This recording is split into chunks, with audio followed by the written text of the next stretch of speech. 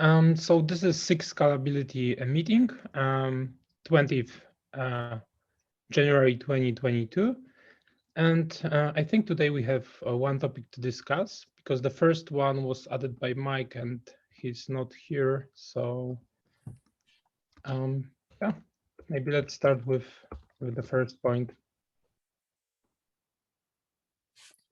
Yeah, so this is a client Go PR that we've been working on. So basically, for retries in client Go, the retries are not exponentially backed off. So this PR actually adds that support. So I just wanted to bring it up here. And also, I want to run some scale tests, maybe the 5,000 like node run to see if it has an impact. Other than that, the CI jobs we have for the PR, they look to be green, but I want to see it has impact on the scale job, the scale test we have.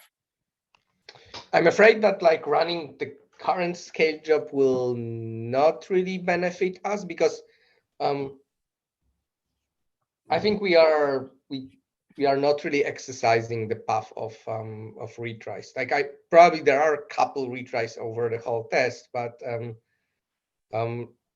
this is negligible, I would say. So I'm just pretty much sure that like the test will pass and we will not see any reasonable difference, but it doesn't mean it like really helps or it breaks anything, or it doesn't really say us that it won't break anything. So well, I'm personally okay with this change. I would like some tests to be run, but I don't know like what exactly we should be testing here. I guess I'm just saying that like running scalability tests, we can do that, but I don't think we will get anything useful from that. Right. Yeah. I mean, if depends on the rate of requests that actually fail the first time, and then if the retry actually is kicked in. So we don't know. I mean, do we keep track of the actual retries like tried by client Go? Looking at the client Go metrics, I didn't see any, but I will take a deeper look. Maybe that's what we want to measure first. Like, you know, like we want to see the retry logic kick in and how many retries actually happen for a logical request. Yeah, that could be useful. Yeah. Okay. Yeah. So from client Go, probably we don't have any metric like that. Yeah. At least we are not scraping. Yeah, last time I checked, I didn't see any. So I will try to do some open PR with that change, and maybe then we can use that too to see if, like, in regular CI jobs or in scale test, at what rate are we actually seeing retries being tried? Yeah, I'm fairly sure that like we have like negligible rate in our scale tests for retries. But actually, I have one question. So what kind of errors it will retry? Like all of them? Because, you know, like we could probably play a bit with priority and fairness and throttle some requests and make them timeout, for example. I think we... This is just a random idea, but... Oh, yes. I mean, the retry happens on, like, if the server sends a 429, okay. Yeah, with the retry after response header. I think we are not retrying automatically things like timeouts, because from timeout you don't really know if it succeeded or not. So we want like the user to handle that somehow. Apart from APF, the only time we retry that I'm aware of is when it's a read request and you are running into some retriable error. Only then it's the requested. Yeah, the read request, yes. There are a bunch of other codes that we retry for read errors, but like not for write. Yeah, not for write. Yeah, exactly. Yeah. Okay, so I'll take this an action item to add something in client Go to measure the retries.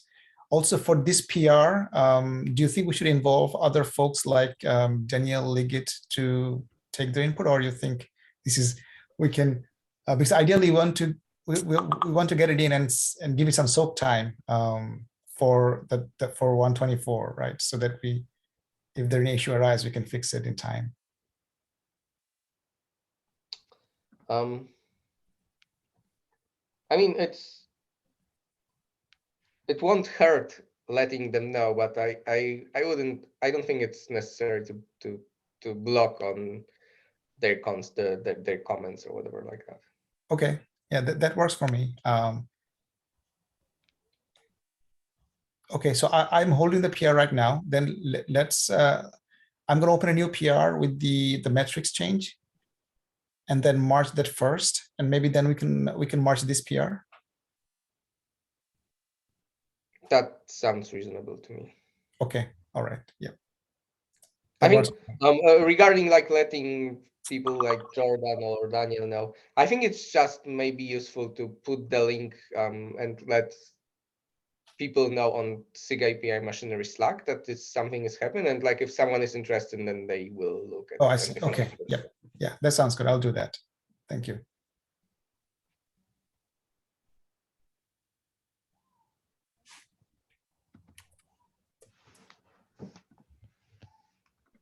Okay, so I don't know. Do we have anything else to discuss today? I don't have anything. Well, it's probably worth mentioning as a follow-up from like last SIG meeting that happened that Łukasz actually opened the cap for the thing that Oh, okay, yeah. Yeah. They were proposing. So it's let me just find it. Yeah.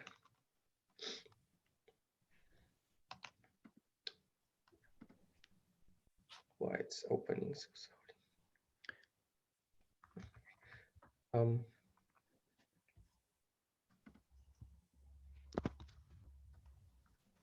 Let me paste it here if you can copy it to the doc.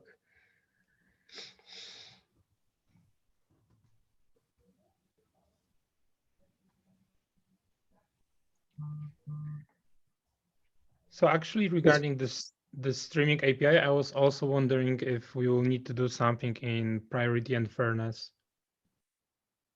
like to handle it differently.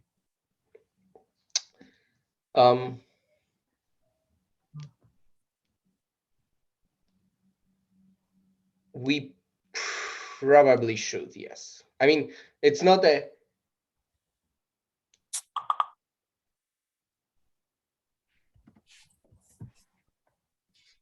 huge change per se, but we should have like a different estimator for that. Yeah, that's what I was thinking about, because we already have, for example, for lists and watches, some special logic, let's say, in priority and fairness, and probably for this one we also need something like that. This will, in practice, it will be also like regular watch, yeah, and like what will be different is will be that the initialization, like basically the initialization part of the watch will be much longer, and we already have support for watch initialization. So like watch initializations is consuming the tokens, or however we call them, like the API or the in-flight tokens. I think the only thing that we really need is we probably may want to adjust the width of those requests based on like the size of, potentially based on the size of the, or the number of the estimated number of objects that we will be returning. So it like code wise, it should be like a trivial change, like literally a couple lines of code. We just need to tune it well. Right. So in terms of this cap, the new streaming list API for list, for the, as far as the user is concerned, it's still like a synchronous API call, right? No, it's basically, so okay, so maybe to put it another, we are like basically what they are proposing is like not to touch lists at all. Like list will remain the same API as it is. we are basically going to utilize like the more or less existing functionality of list that if you, or sorry, of watch, Right. that Yep. when you pass a resource version equals 0 to watch, then it will at the beginning serve the basically like add events for every single object that exists currently. There are some tweaks that we need to do there and so on, but like conceptually, it's just utilizing this existing functionality and changing reflectors, informers, and so on. Like underneath everything is using I see. reflectors, Okay. so more or less reflector to do that instead of like doing a list request. So Okay. it's I would say it's more of like a client side change plus some like that's a little bit of like simplification, because there are server side changes. There will be like a new param to like and to get that, but like most of the change, like conceptually we are tweaking a little bit of the watch API and making it possible to parameterize it slightly differently, and all the other changes are like client side. I see. Okay.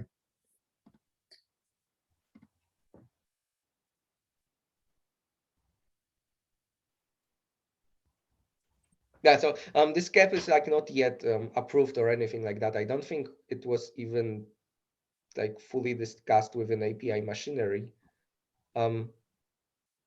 I did 2 passes of that and had like a bunch of comments. So there are like still some gaps that we need to fill in there. But like at the high level, I think I'm more or less supportive, but I don't think it's in a state of like being anywhere close to approved yet. So on this, I actually remember Wojtek, we used to have, if I'm not wrong, there used to be an old watch API where I believe like when you start the watch, instead of doing the initial list, they could start the watch itself directly, and the initial all objects are sent one by one as events or something like that. Is this something similar to that? It's exactly this what I'm saying. So this API kind of still exists. Like it's basically exactly what happens when you send like resource version equals 0. So it's more about like tweaking that that code and making it more explicit and so on, than inventing something new. Okay. Yeah. Okay.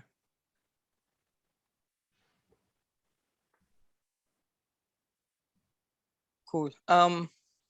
So I had one idea to discuss. I know we only have 50 minutes left. If no one has anything else, I can bring it up. I wanted to discuss actually in the last SIG meeting. So I mean, I just recently only started looking into it, so I may not be so thorough in how I see this. But so like this is essentially so with HCD, one of the problems we see is when you're making writes to, when API server makes writes to HCD, right? Within HCD, when actually when HCD writes these operations to its write ahead log, it does this sequentially, one write at a time, because of this what a globally unique increasing counter. Right. So what this means is writes are actually happening sequentially. So pretty much all the IO operations are sequential. That means no matter how much throughput or IOPS you provision to the disk, you're still latency bound, which is not very good. Right. And I believe like one thing we did to work around this was with we split events into a different HCD, right, in our scale test open source. So that was one way to kind of like get a little bit like 2 parallel streams instead of 1 stream kind of thing, right? So what I was thinking is, what if we within HCD itself, if we can somehow parallelize different prefix ranges, right? Let's say the prefix for pods, if you think of that like as an independent how do you say, like an independent stream which has its own unique resource version, right? And I won't talk about how we will migrate from the existing thing to that. Like I have some ideas. I don't yet, like I said, I don't want to go too much into those details because I don't know if it will work without looking at the code yet. But like, let's say if we parallelized at some level the MVCC for each of these objects.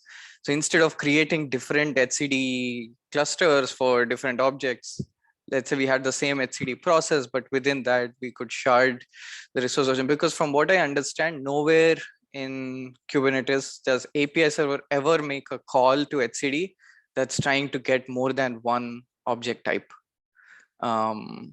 at once, right? It always makes only pods, only node or something. There are some calls like kubectl get all and stuff, but they basically internally still translate to individual separate calls. So if that is the case, and also there is no such kind of ordering. So one benefit of having one global unique counter with all the objects together is you can make some complex checks, like which can be dependent between object types.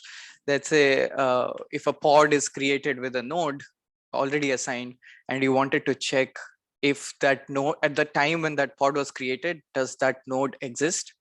So for that, it'll, if you could have strong consistency if you have this globally increasing count, but I don't think we actually exercise that kind of logic anywhere in our clients because they have separate. More. Actually, we are officially saying that you shouldn't depend on that. Like we are officially saying that like you should never compare the resource version across resource types because any operator is free to shard etcd or switch etcd or whatever on a per resource type basis. So actually, we are even officially saying that you can rely on the monotonic increase of resource version within a resource type, but you shouldn't assume anything like across resource types. So, oh, that's great. That's okay. That's perfect. So that felt intuitive to me even otherwise, because usually a lot of these controllers, they have independent reflectors for each of these object types, right? So you cannot guarantee that at the point when you receive a pod event, what's the state of your node cache and stuff like that. So anyway, so I think that's the high level idea. I don't know if there have been similar ideas floated in the past or we've discussed anything like this, but what I'm trying to do is within etcd itself, if we can like kind of do a prefix level, we can do some group yeah, basically at the prefix level we split out the MVCC and maybe like the write ahead log, maybe not even MVCC but just the write ahead log. So yeah, if you think at a high level this makes sense, I'll consider like exploring this a bit further and maybe writing a KEP. But this is a scalability issue we are seeing within EKS. I've seen with a bunch of some of our customer clusters. I don't know how much others see. Like splitting events helps, right? But like even within a particular object type, once you go beyond a scale, I think you might hit this. And this also has cascading impacts on reads, because reads are also consistent, so they're behind the write. So if writes gets piled up, then reads can get slow and stuff like that, I think. Yep. So I don't know etcd well enough to like clearly say something smart. At the high level, it makes sense to me. I see one problem that you will encounter for sure, which is review bandwidth on the etcd project. Like etcd project is really suffering from lack of maintainers and lack of people who are able to review stuff and so on. So, and this effectively will be a change in etcd, right? So they are prioritizing bugs and bug fixes and like purely reliability related and a little bit of tech debt cleanup and so on to make this the project a little bit safer on top of any feature related work. I would call it like a little bit of a feature what you are saying. So you will probably face this problem. It's just like a heads up for you. Okay, so I think things will probably move slower than I'd expect.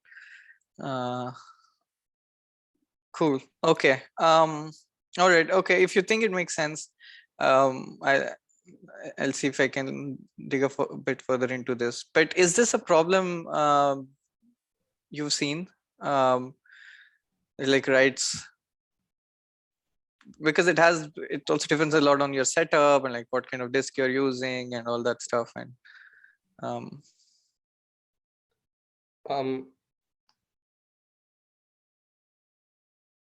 I think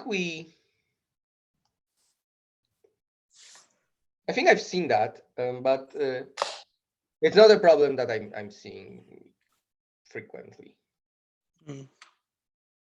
So yeah, I think I remember a case with that, or maybe 2 cases of that, but like it's not like something that seemed to be an urgent problem for us. I think we are often seeing like a throughput problem to hurt us even more on the API server side and the watch cache and so on than like on the etcd side per se. Gotcha. Okay. Yeah. So I've seen this in some of our write heavy clusters, but it's I not, think it very much depends on like the workload. If you have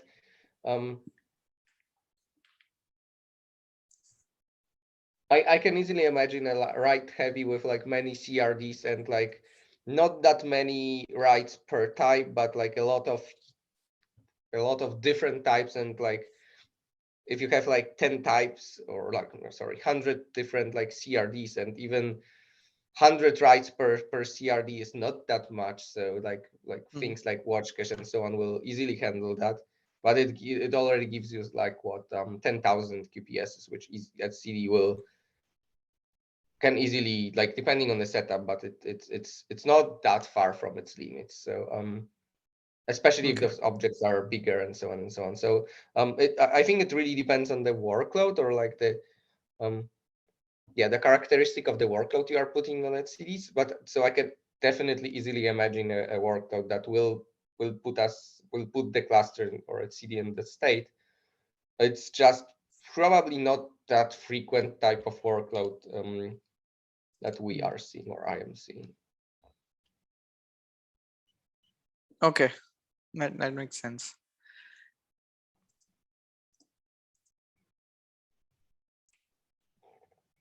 All right.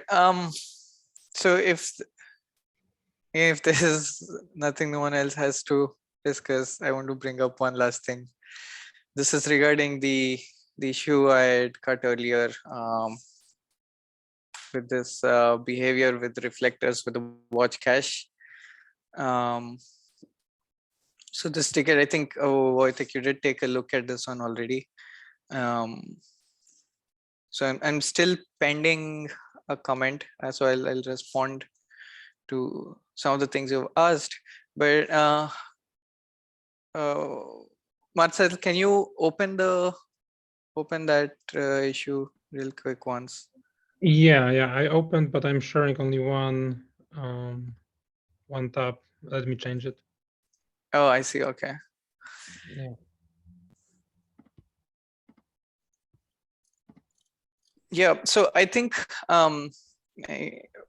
what I was mainly wondering is that fix which was made, right? So okay, so like quick recap of the issue. What happens is I can just, if you can scroll down, so there's like a event log actually, in this comment. So what happens is like there's a client which is trying to do a watch, and it's trying to do a resource. It's trying to do this initial list with a given resource version, right? And let's say for some reason, like the watch moves from one API server instance to another API server instance, and that API server instance for that resource type, its resource version is behind. It's in the past because just because there weren't any events for that object type since that resource version. So now Now what happens is this resource version, this call from the client, it asks for this resource version X, but the server is at X minus 10. So it'll say too large resource version. It'll get like a 500 error, right? And then it'll keep retrying like 10 times. And every single, because of some client retries, and every single time it fails. And eventually it does like a list from etcd. And then that list takes it to an even further resource version in future, while the resource, the cache, watch cache is still stuck in the past. So I think you made a fix for this to, I guess, to do this behavior, which is like if you get too large resource version, then actually make a call to etcd. But what I'm trying to claim here is that even useful, and is that even helping anyway? Because if there are no events to, if there are no changes to objects of that resource type, like there is probably no point in making forward progress by just relisting and like causing all this churn of 5xx failures. Should we have just like listed resource version 0 instead of 2? No, I don't think we should be listing from resource version 0, because the fact that your API server doesn't have it, it doesn't mean it's not there, right? Like your API server may be slow with processing that and lagging behind other stuff. So it was very conscious decision to not list resource from resource version equals 0, to avoid going, like, to ensure Back that we in will time. not go back in time. So that's one thing I want to understand actually, is going back in time, is that something we assume shouldn't happen? Or do we assume like controller should be built to work based off of a relist, even if that goes back in time? No, you should assume that you shouldn't go back in time.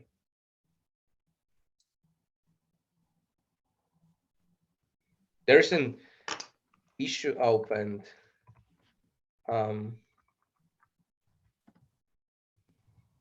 By Clayton, let me find that.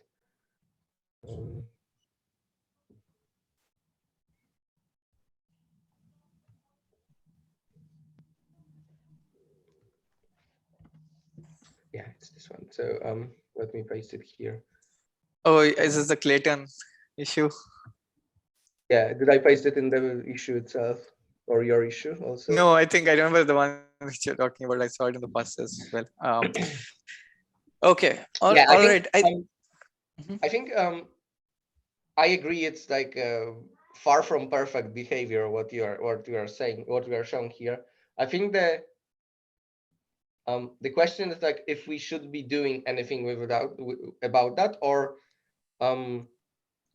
basically with the efficient watch resumption feature, or however we call it, with the reuse of progress notify from etcd, which basically is this feature is doing, watch cache will actually be making progress, and it's enabled by default in 121, right?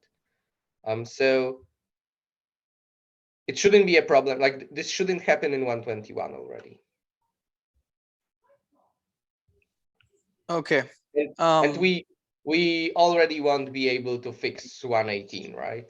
Because it's like out of support window. We are not even releasing that version, and so on and so on. Yeah, this happened in like 120. I don't know, is 120 supported yet? I think it was 121 when we enabled it. Let me. No, I mean, like, is 120 in the support window for Kubernetes right now? It is, but I think it's going out so, like pretty soon. Yeah. Okay. So this progress notify, that's something someone has to turn on etcd, though, right? So that does, so it means that Kubernetes being in 121 doesn't mean automatically anyone using 121 Kubernetes will get progress notify, right? Because yeah, it's relying on etcd 3. It's not that fresh version of etcd. I can't remember, but I think it's maybe even 3.2. Maybe not. Maybe 3.3. I think that the trick was that, like, in the older versions, it wasn't exposing the knob to configure it, and then it was only sending this progress notify like every hard-coded time, I think minute, or something Okay. like that, or 5 minutes even, or something. So we exposed that like NOP in some patch release of etcd 3.4 point something. So yes, it requires some reasonable version of etcd, but it's not like super fresh version of etcd. Okay. Yeah. And so what I was trying to say though, I think is just like anyone who's running Kubernetes 121 does not automatically get this, right? They also have to explicitly in their etcd, the way they set up etcd, they have to also enable that flag, whatever is going to send this progress notify. That flag is enabled by default. So actually, Oh, okay. Yes, in 120 it's already there. In 121 it's enabled by default. So actually in 121 they will already have this behavior.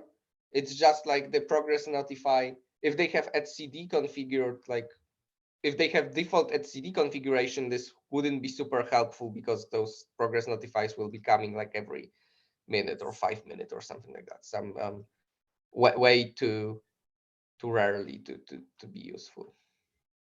Gotcha. Okay. So on that note, actually, one last thing. So as I think of it, I'm not fully sure if progress notify will solve this problem 100% as well. Because let's say if this happens, that the progress notify keeps updating the RV, let's say every few seconds, it'll update it by 100 or something. But if this retry keeps happening on the reflector, where it keeps making these list calls, it fails, it relists. And when it relists, it'll get like the latest RV from etcd. So that may still be ahead of the progress notify RVs that are coming to the watch cache, right? So could this happen? Could this happen that we are perennially stuck in this? The reflector is always ahead, and it's always getting too large resource version.